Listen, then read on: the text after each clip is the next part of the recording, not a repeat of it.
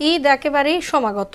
এ সময় রাজধানীর শপিং মলগুলোতে ক্রেতায় জমজমাট থাকলেও এবারে চিত্র ভিন্ন। দীর্ঘ ছুটির ঘেরাটোপ আর মূল্যস্ফীতির কারণেই ২৭ রমজানেও ক্রেতা খরার কথা জানালেন ব্যবসায়ীরা। তবে ক্রেতারা যারা আসছেন তারা খুশি মনে কেনাকাটা করছেন। মনিরুল ইসলামের প্রতিবেদন।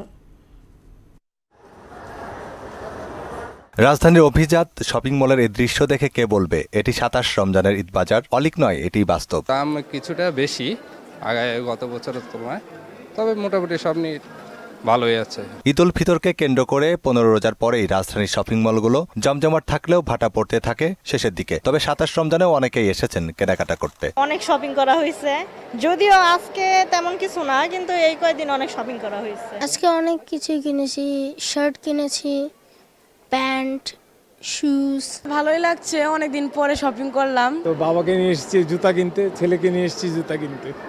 তো এটা একটা আনন্দ, অন্যরকম আনন্দ। এই অনুভূতি ভাষায় প্রকাশ করা যায় না আসলে। অনলাইনে অনেকে কেনাকাটা করে, এবং আমি নিজেও করছি অনলাইনে, এবং আমি এরকম লোকালেও কিনি।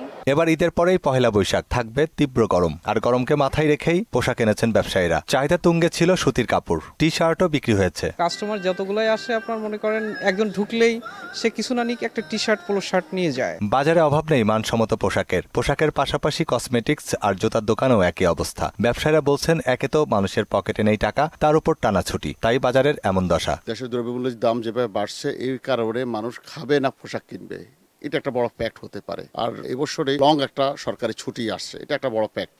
সবাই গাড়ির টানে দেশে চলে গেছে। ৪ জন কাস্টমার আছে, হয়তো তারাই হয়তো একটু আসতেছে, এইটুকু, এটাই হয়তো সমস্যা হতে পারে, যে কাস্টমার খুবই কম, সকাল থেকে এরকম চলতেছে।